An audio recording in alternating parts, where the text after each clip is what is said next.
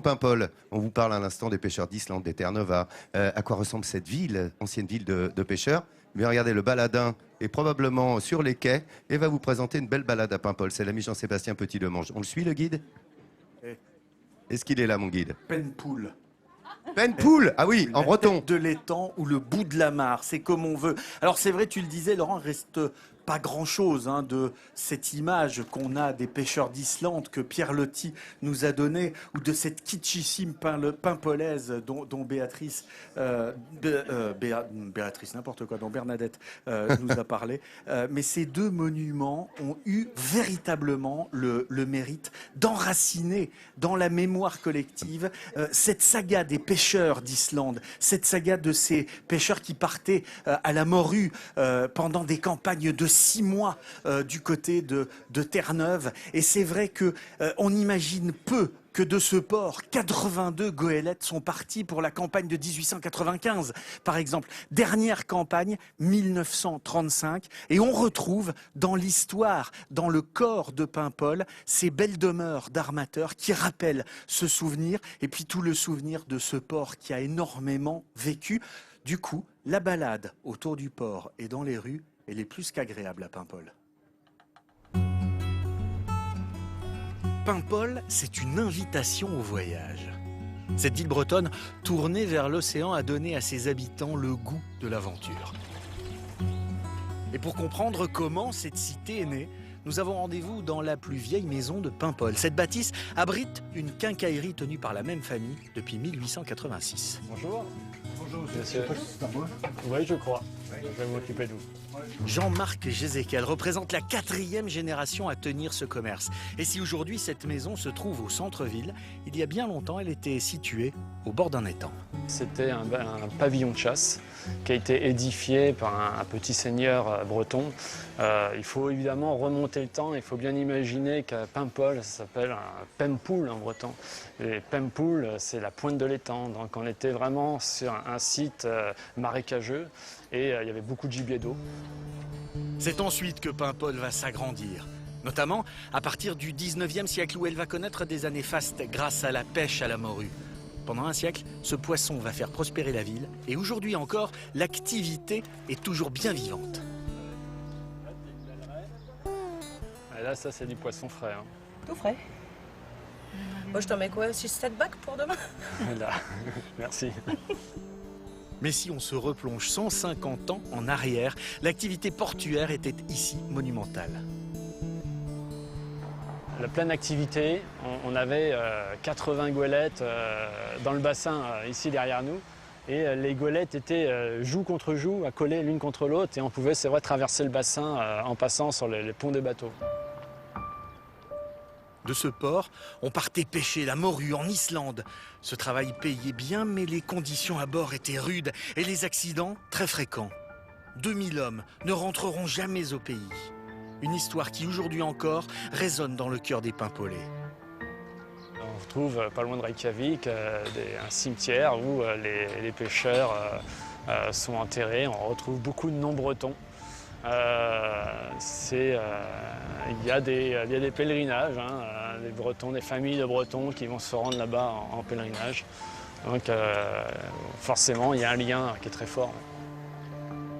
Et ce lien entre Paimpol et l'Islande est si fort qu'on le retrouve même sur le port. À l'image de ces bâtiments à l'architecture islandaise, il existe même une rue symbolisant cet attachement. C'est par là que passaient les marins avec leurs ballots quand ils rentraient de plusieurs mois de mer. Cette atmosphère et les histoires de marins ont inspiré nombre d'artistes et d'écrivains. Théodore Botrel popularisera dans la France entière la cité portuaire grâce à une chanson. Derrière moi, on peut apercevoir l'hommage à Théodore Botrel. On ne peut pas ne pas parler de Théodore Botrel à Paimpol. Théodore Botrel qui a écrit, bien sûr, La Paimpolaise. Tout le monde connaît la Paimpolaise à Paimpol. Je pense que ça a franchi les frontières du pays Gouelo. J'aime Paimpol et sa falaise, son pays et son grand pardon. J'aime surtout la Paimpolaise qui va tant au pays breton.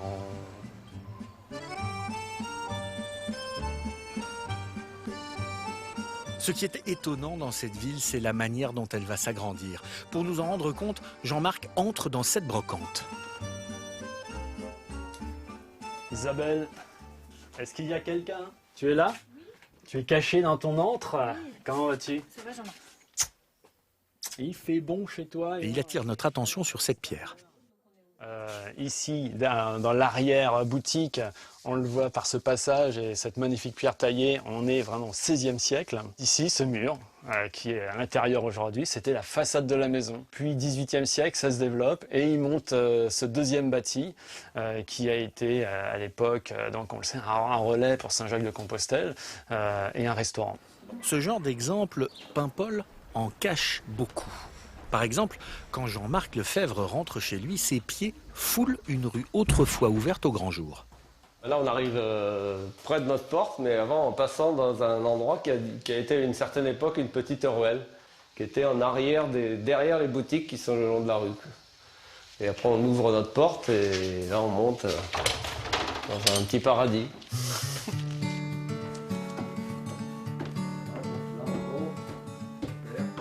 Et en effet, qui pourrait s'attendre à voir apparaître en haut de ces marches un magnifique jardin de 170 mètres carrés? Après avoir vécu à Tahiti et aux Antilles, Jean-Marc et son épouse ont décidé de jeter l'ancre ici à Paimpol il y a 2 ans. Et ils ont trouvé un havre de paix. Puis ça nous a bien plu, cette espèce de jardin intérieur, un peu comme un riad, là, ou un cloître, mais sans les moines. Et la ville est très agréable aussi. Maintenant, de plus en plus, il y a des gens, par exemple des jeunes retraités, on voit qui viennent s'installer ici, des gens d'un peu partout, qui apprécient justement la taille de la ville. Paimpol, il suffit de faire 5-6 km et on est dans des endroits magnifiques. Au cœur des Côtes d'Armor, Paimpol regarde fièrement vers l'océan et n'en finit pas de nous émerveiller.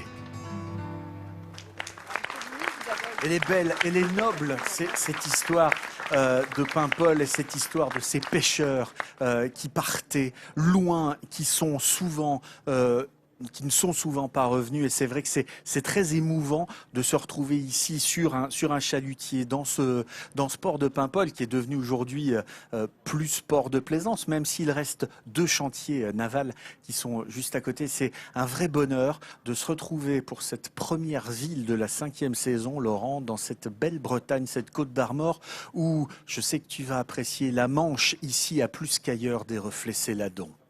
Oh, joli, merci. Merci.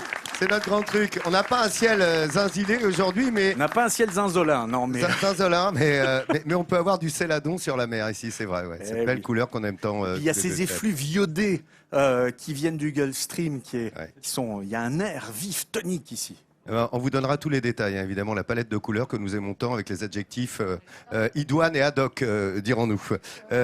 Comme le capitaine. Mais il n'y a pas de quoi.